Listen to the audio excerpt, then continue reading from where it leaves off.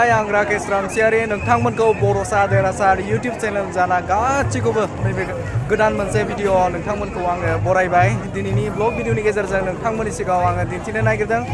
59थि बर' थुनलाइ आफादनि जे बोसोरारि जुथुमा बे जुथुमाजोंनो लोब्बा लाखिनानै नैबे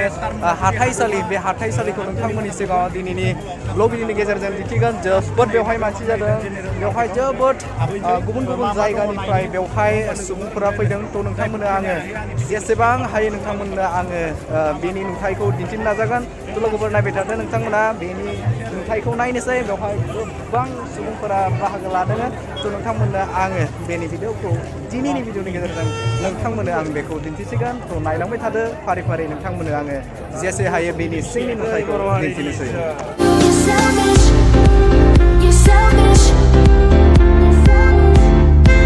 थ' बेवहाय बेनि सिङाव मा दङ बेखौ नायगोन बे अपेन मोनसे मार्केट हाबलांग्रा लामा बेवहाय नोंथाङा जेबो चार्ज होनालासिनो बा टिकेट लानालासिनो नोंथाङा बे सिङाव हाबलांनो हायो लोगोसेनो गुबुन गुबुन जायगानिफ्राय सुबुंफोरा बे जायगायावनो गावनि गोनांथि जानाय खायसे मुवाफोरखौ बिथांमोना बायफैदों थ' नोंथांमोननो आङो बेनि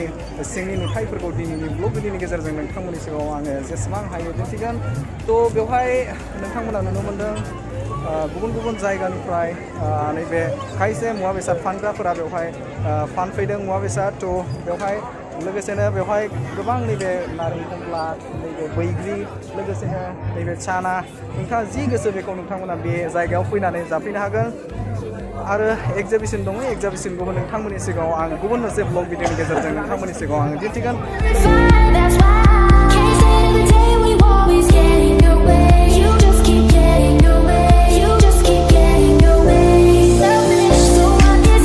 लोगोफोर नैबे समाव नैबे अपेन हाथायाव बिथांमोना नैबे मा होनना बुङो बैग्रि फानदों थ' बैग्रिया सेरसेयाव बेसेबां लायो 60 थाखा बबेनिफ्राय लाबोदों बेखौ रौतानिफ्राय लाबोदों ओमफ्राय माजों लाबोदों बेखौ गारिजों लाबोदों ओमफ्राय बिक्रिफोरा माबायदि जादों फाननायफोरा जासाबदोंना थ' जोबोद मानसिबो जादों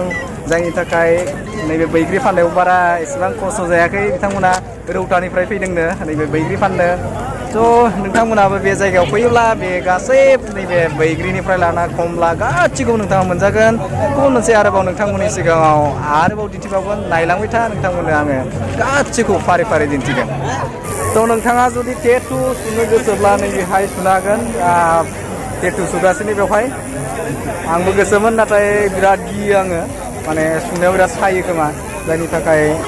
एसे गिनाय मोनो बेवहाय टेटु सुजागासिनो बिथाङा थ' नाय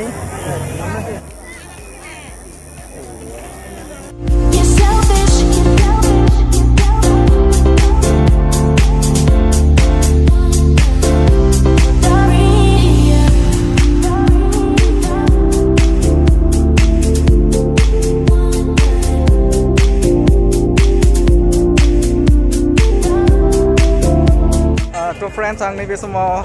नैबे अपेन मार्केटनि सिङाव आं हाबफैबाय बेवहाय नोंथांमोना नुनो मोन्दों जोबोद गुबुन गुबुन मुंजों हटेल बेवहाय नोंथांमोना मोनजागोन नैबे आदारखौ नोंथांमोना मोनजागोन नोंथाङा जुदि एसे उखैना जुदि दङब्ला बे जायगायाव नोंथाङा फैदोंब्ला जानो हागौमोन भिडिअखौ दिनै आपल'ड खालामनो हानाय नङा मानोना जोबोद बेवहाय ट्राफिक जोबोद नेटवर्कआ बारा थिग नङा जायनि थाखाय आङो भिडिअखौ दिनै होस्लाबनो हायाबो जानो हागौ थ' नोंथांमोना नायोब्ला नैबेफोर बे जायगायाव हटेल दंमोन बेखौ नोंथांमोना भिडिअनि गेजेरजों नुनो मोनगोन थ'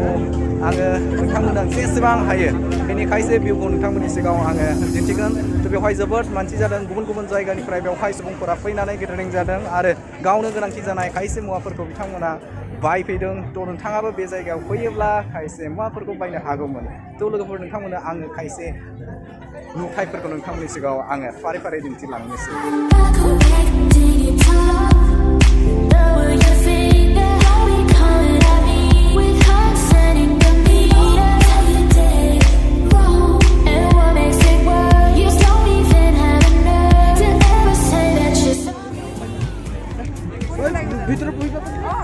কিমান কৈ বাইদেউ এইটো মাছটো 100 গোটাই 100 ঠিক আছে 100 खोमा बियो सब 100 Hah? Pista बेसेबां गरे फिथाया? 10 taka. 10 taka.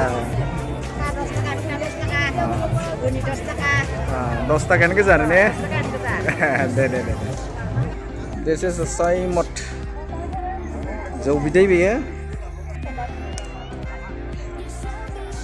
कई टका का এইটো আপনার? कई टका का এইটো কি কয় আপনার কানটো? 100 ওটা 100 এটা কি বস্তু হয়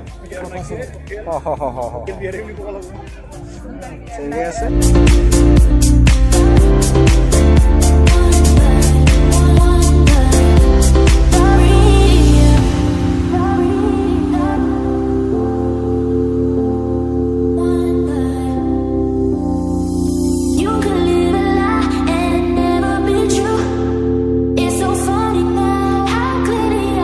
बेसेबां बियो दुला बाथाया 150 मोनसेयाव 150 ओमफ्राय माबोरै बोरै बानायनाय जायो बेखौलाय इखौ मस्ला मस्लि सावगोन हांगोन अरखियाव हांनानै मस्ला मस्लि होनानै बानायनाय जायो आरो ने बेखौ नोंसोर दानना होखायो आरो ने गासैजों 150 दे थिगानो दं दे ইয়াত কি আছে ইটো দি সুঙাত গাহৰি আৰু চিকেন লাই পাতৰ লগত লাই পাতৰ লগত চেহি আছে চিকেন আৰু আপোনাৰ গাহৰি আছে কেই টকা এইটো এক প্লেট 100 এক প্লেট 100 টকা গাহৰি আৰু চিকেন আছে अमाजों दाउजों दं नैबे हासुं सिङाव मेनाय नायबानो जाबाय बिराद गोथाव जायो बेफोर टेस्ट नोंथांमोनाबो जानो हागोन बेखौ लाइ अमा आरो दाउ दं बेवहाय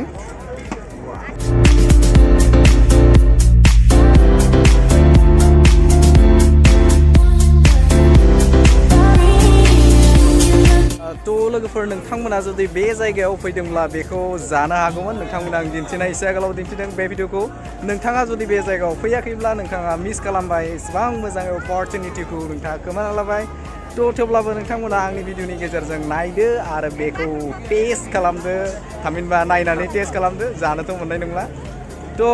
जानायगासिनो आरोबाव गुबुन बेवहाय गुबुन दखानफोर दङ तो नोंथांमोननो आङो दिनै खायसे नुथायफोरखौ दिन्थिनो नागिरदों बेवहाय गासिबो गुबुन नामजों बेवहाय हटेल दङ गोबां सुबुंफोरानो बे जायगायाव फैनानै जाफैदों जोंबो एसे आगोलाव जोङो जिहेथे गेस्ट हिसाबाव फैदों बे हिसाबाव जों उनाव जाबाय नाथाय गोसोमोन बे जायगायाव जानो टेस्टखौ मिथिदोंमोन बे जोबोद टेस्ट जागौमोन जानो हागौ नाथाय आनलाकि जोंबो जानो मोनाखै नाथाय उननि समाव नाजागोन जोंबो जानो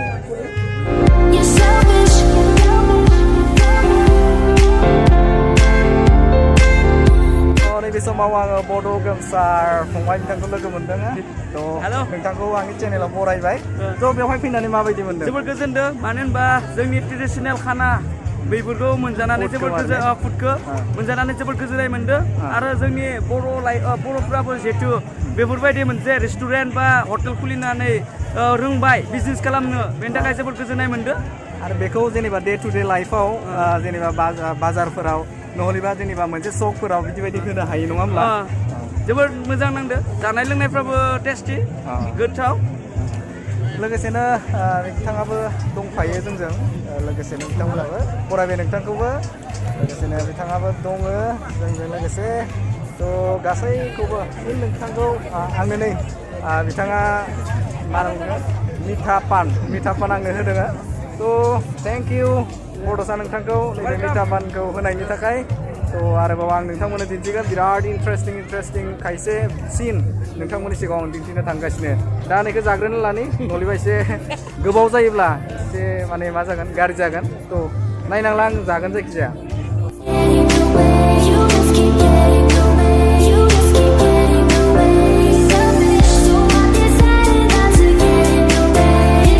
नोंथांमोननि सिगाङाव नैबे बर' थुनलाइ आफादनि 50 बोसोरसालिया जथुम्माजों लोब्बा लाखिनानै नैबे बानायनाय अपेन मार्केट बे अपेन मार्केटआव नोंथांमोननि सिगाङाव आङो दिनैनि ब्लग भिडिअनि गेजेरजों नोंथांमोननि सिगाङाव आङो दिन्थिबाय थ' नोंथांमोना निस्सय नुनो मोन्दों बेवहाय गुबुन जायगानिफ्राय सुबुंफोरा फैदों आरो लोगोसेनो बेवहाय गोबां माने नैबे खायसे गोनांथि जानाय मुवाफोरखौ बेवहाय मोननाय जायो थ' एसे आगोलाव बिथां बड'सा होनाय गयखौ जादों जानो हागौ एसे बोरैबा नुदों थ' लोगोफोर भिडिअ बेखिनियानोसै उननि ब्लग भिडिअ नोंथांमोनखौ लोगो मोनगोन मिजिंथिबाय थ' गुबुन मोनसे भिडिअ नोंथांमोनखौ आं लोगो मोनगोन मिजिंथिनानै दिनैनि भिडिअखौ बेखिनियावनो दोनथ'बाय गोजोन्थों जै बर' हारिनि जै